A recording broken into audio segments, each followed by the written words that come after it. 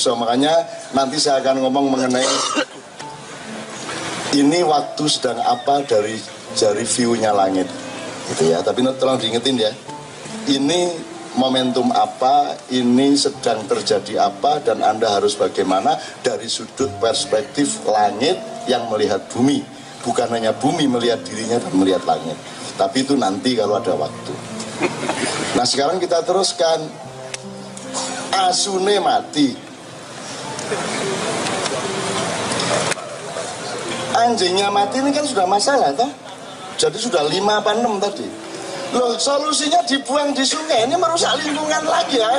Kita sedang cuci-cuci pagi-pagi, ada bangkai anjing lewat, ini konflik sosial lagi. Terus ternyata kali ini banjir bisa, ya toh. Terus buangan, loh, sudah kena banjir itu loh,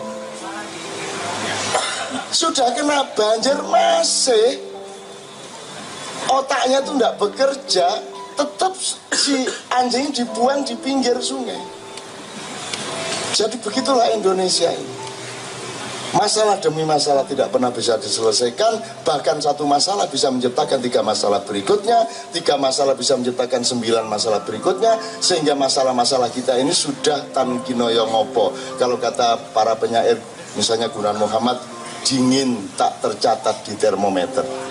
Oh, lah wes ah. Oh, gitu. Gunawan Muhammad sendiri tidak pernah membayangkan bahwa makna puisinya itu sampai seperti ini.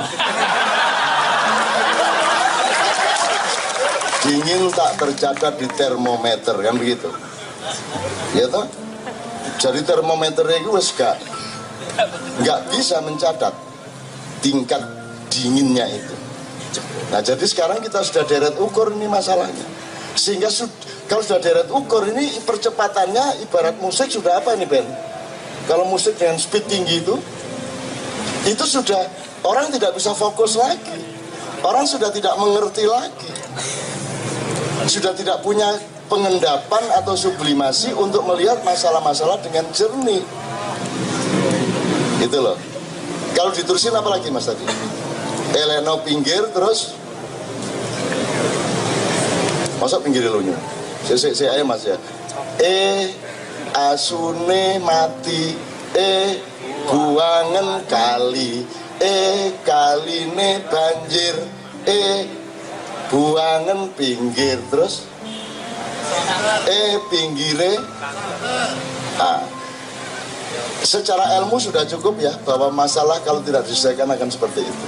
Nah, supaya dipercepat, teman-teman KC menawarkan salah satu solusinya adalah kegagalan negosiasi Kresna dengan penguasa Astina menghasilkan kemarahan yang kemudian membuat dia menjadi Juggernaut atau berdiri keramat tadi.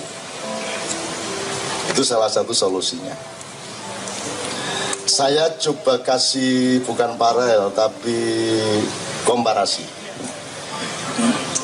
Di Jogja sedang akan dipentaskan oleh rekonsiliasi semua seniman Jogja tanpa perkecualian, dari seluruh seniman, dari yang modern, tradisional, dari bidang apa saja, itu mementaskan satu pementasan yang ide dasarnya seperti Juggernaut ini, yaitu mencari solusi terhadap deret ukur permasalahan Indonesia.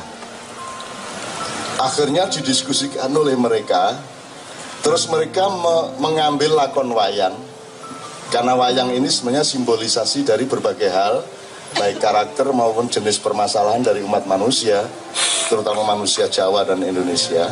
Maka mereka memilih lakon Sumantri Sukosrono. Sumantri Sukosrono ini gini gampangannya, Sumantri itu tipe atau tipologi aktivis yang percaya bahwa dia bisa merubah keadaan melalui birokrasi.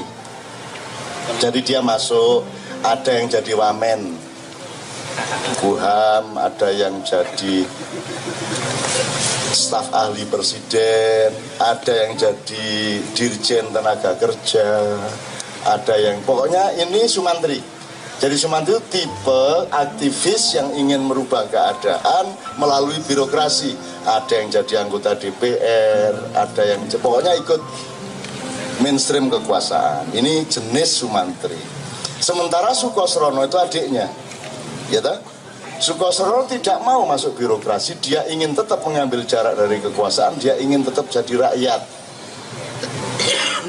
Nah, ide dari teman-teman Seniman Jogja itu adalah Sukosrono maupun Sumantri mulai harus merubah dirinya menjadi subjek yang tidak dikalahkan oleh tipuan-tipuan atau keterpesonaan dia terhadap keadaan. Jadi misalnya ada Sumantri Sujatmiko misalnya, jadi anggota DPR PDIP umpamanya gitu ya. Ada lagi Sumantri Indrayana, ya, ada lagi Sumantri ini, Sumantri itu, macam-macam lah ya.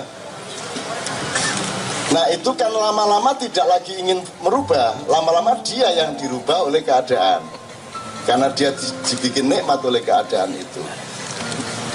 Nah sarannya dari Jogja adalah mereka harus berhijrah, membangun dirinya kembali. Saya nanti omongkan bagaimana faktanya Sumantri Sukosrono, tapi sebelumnya landasan pemikiran mereka adalah bahwa bangsa Indonesia ini sudah tidak pernah lagi menjadi subjek sejarah sejak gagalnya pengaturan-pengaturan kenegaraan dan kebangsaan pasca Mojopahit. Ini versinya banyak, tapi intinya kalau versi saya adalah setelah Mojopahit itu sebenarnya ditransformasikan menjadi Demak. Mojopahit itu negara persemakmuran, ya, bukan negara kesatuan. Jadi di Mojopahit tidak ada upeti, ya.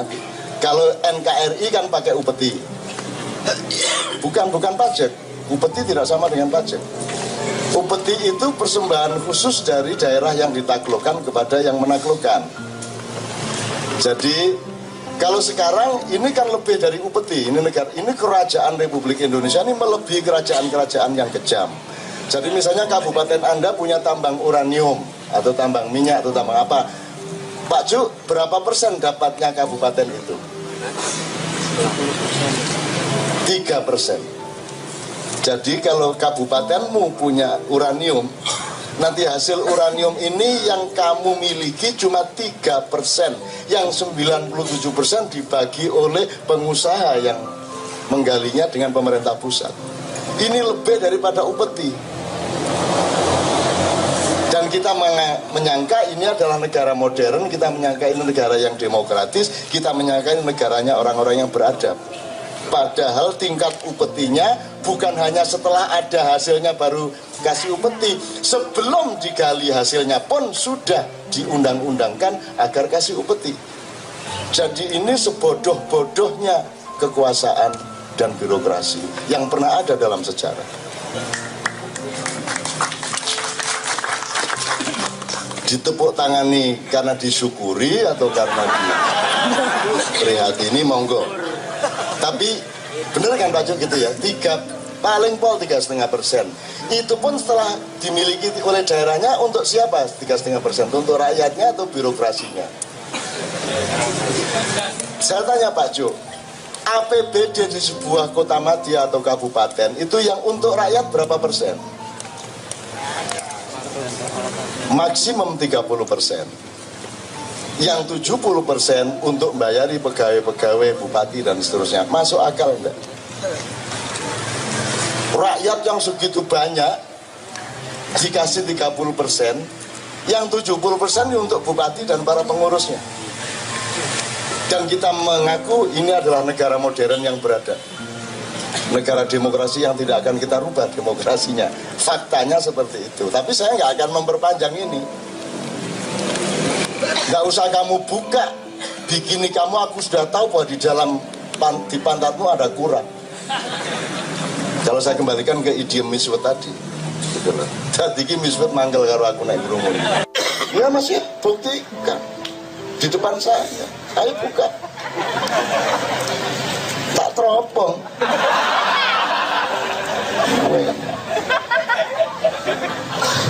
Seneng kiai ini, Rusdi seneng ini.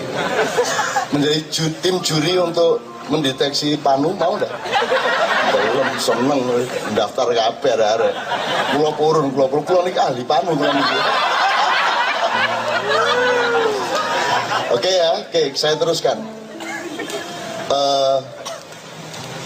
Jadi gini, aduh ini panjang sih ceritanya, tapi intinya itu gini, transformasi dari Mojopahit ke Demak itu dipandu oleh Sunan Kalijogo yang hidupnya hampir 200 tahun. Tapi beliau dalam tanda petik sudah berhasil sebagai pelaku, tapi hasilnya atau outputnya tidak seperti yang beliau bayangkan. Jadi Demak itu juga persemakmuran. Jadi di Mojopahit dulu ada namanya upacara kendi emas, Mas. Kendi emas itu gini, 35 hari sekali. Itu raja-raja dari mana-mana yang tergabung di dalam persemakmuran Mojopahit itu datang ke Trowulan. Terus mereka melingkar. Terus Raja Mojopahit, Hayam Wuruk dan pengganti-penggantinya itu mengeluarkan kendi dari emas isinya air. Kemudian dipersilakan setiap raja itu minum, terakhir baru Raja Mojopahit yang minum. Dan waktu itu bentuknya tidak seperti NKRI sekarang. Jadi waktu itu ada kepala negara, ada kepala pemerintahan. Jadi Hayam Wuruk itu raja atau kepala negara, Gajah Mada itu perdana menteri atau kepala pemerintahan. Dan itu jauh lebih modern, luar biasa jauh lebih modern dibanding NKRI yang kepala negara sama kepala pemerintahan dirangkai. Jadi di Indonesia ini Tuhan sama manusia jadi satu. Yang ngawasi sama yang diawasi menjadi satu lembaga. KPK itu lembaga pemerintah, maka yang melantik adalah presiden. Padahal presiden adalah orang nomor satu yang harus diawasi oleh KPK. Lah terus ya apa caranya KPK ngawasi wong dhek sing nglantik? Dan mereka mengaku ini negara modern, negara demokratis, negara yang paling pintar dan rasional. Itu yang digelisahkan oleh Jaggernaut tadi itu. Betul. Nah, kemudian ada konflik. Demak ada konflik antara Sunni dan Syiah. Misalnya yang Ahlu Sunnah wal Jamaah itu Joko Tingkir. Kalau yang Syiah itu Aryo Jipang atau Aryo Penangsang dengan segala tetek bengeknya. Kemudian ada pertentangan antara Islam Jawa dengan Jawa Islam atau Islam santri dengan Islam abangan. Itu. Ada konflik lagi antara kaum priayi yang merasa berhak meneruskan kerajaan Mojopahit tapi tidak mendapatkan haknya, sehingga mereka bertentangan terus. Jadi ada multi konflik. Jadi bersilang-silang konfliknya, dan itu coba diatasi oleh Sunan Kalijogo dan diasisten oleh Sunan Kudus, tapi sampai akhir hayat beliau tidak berhasil. Padahal luar biasa yang dilakukan oleh Sunan Kalijogo. Metodenya sangat kultural, sangat arif, metodenya sangat taktis, sangat strategis, sangat tidak menyakiti, sangat memanusiakan, tapi toh gagal. Sampai akhirnya menjadi tanggung di masa Pajang, dan kemudian menjadi lebih buruk lagi di masa Mataram, karena Mataram bukan lagi negara persemakmuran tetapi negara kesatuan Republik Mataram, NKRM, yang kelak menjadi NKRI. Loh, kenapa kalau kesatuan? Kalau persemakmuran itu ada otonomi dengan formula yang sebaik-baiknya. Kita sekarang punya otonomi tapi belum ada formulasi yang benar. Dan siapa yang bikin otonomi dulu yang ide pertama? Pak Arya Rasid juga tidak kemudian memandu. Tidak tahu sekarang beliau di mana. Gitu ya. Jadi di zaman Mojopahit itu di samping raja-raja yang jauh itu ada kepala-kepala tanah perdikan. Nah, kepala tanah perdikan ini mandiri di tempatnya masing-masing. Mengurusi petaninya, buruhnya, semua mandiri. Apakah akan setor kepada Mojopahit atau tidak itu tergantung kepada rasa terima kasih rasa terima kasih perdikan-perdikan ini kepada pengayomnya, yaitu Mojopahit. Saya singkat, begitu Mataram berdiri, Anda tahu ya, kalau Mojopahit nama rajanya Prabu. Begitu Demak nama rajanya Sultan. Pajang juga Sultan. Kalau Sultan, kalau Prabu itu dari bahasa Jawa dan dari filosofi Jawa. Kalau Sultan itu dari konsep Islam. La tangfuduna illa bisultan.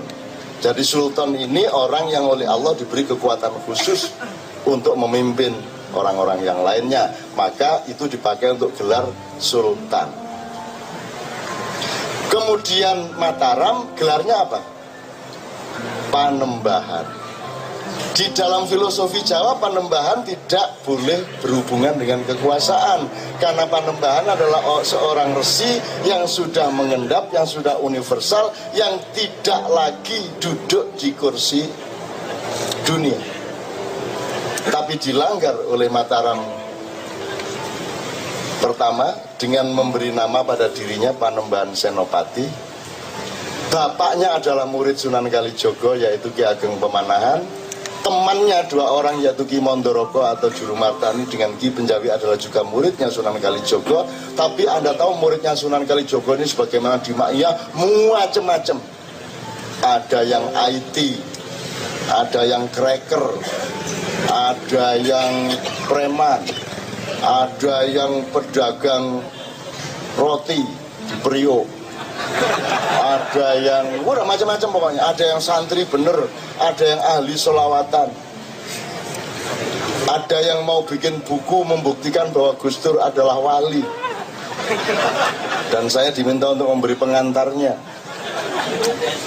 Ada macam-macam. Nah, Sunan Kalijogo muridnya juga begitu,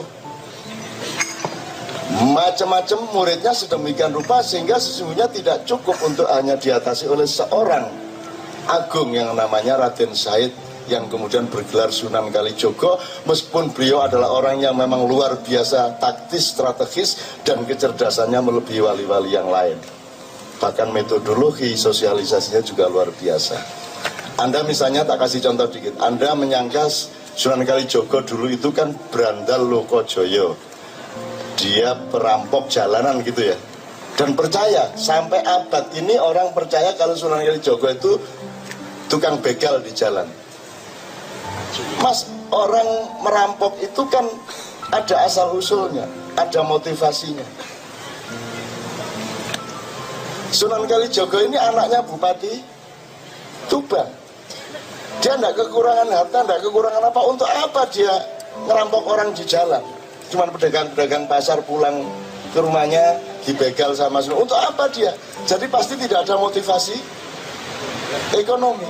Kalau gitu motivasinya apa? Untuk menunjukkan kehebatannya. Hebat apa kamu cuman ngerampok orang-orang kecil, pedagang-pedagang pasar? Hebat apa kamu? Jadi apa dong Sunan Kalijogo kok ngerampok? Cari dong. Karena tidak ada yang nyari, terpaksa saya buka rahasianya. Sunan Kalijogo itu sengaja begal orang dan dicarikan tempat yang gampang dicari, yaitu di jalan, tidak di hutan, tidak di mana, di jalan. Karena dia mancing supaya Sunan Bonang datang.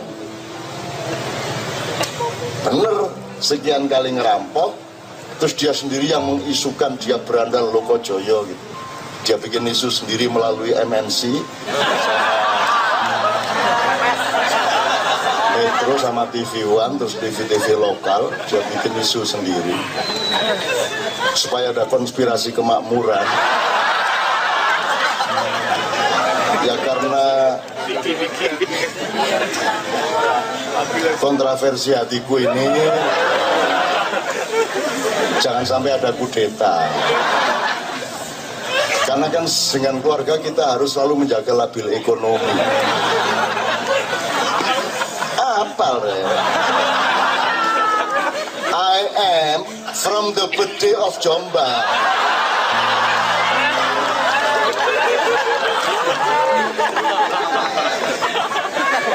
Leo, apa? Aku ini pengamat budaya, Rek. Yang pasti saya hafal tuh yang paling hebat dan yang paling konyol. Itu pasti saya hafal. Nah ini termasuk yang mana, monggo. Kalau lukisan tuh ada lukisan baik, ada lukisan buruk. Gitu, ada lukisan baik, ada lukisan buruk. Ada yang ketiga yang Anda tahu, yang belum tahu. Buruk aja belum. Lukisan ini disebut buruk saja belum pantas. Ini lukisan loh ya. Nah, ada orang yang begitu.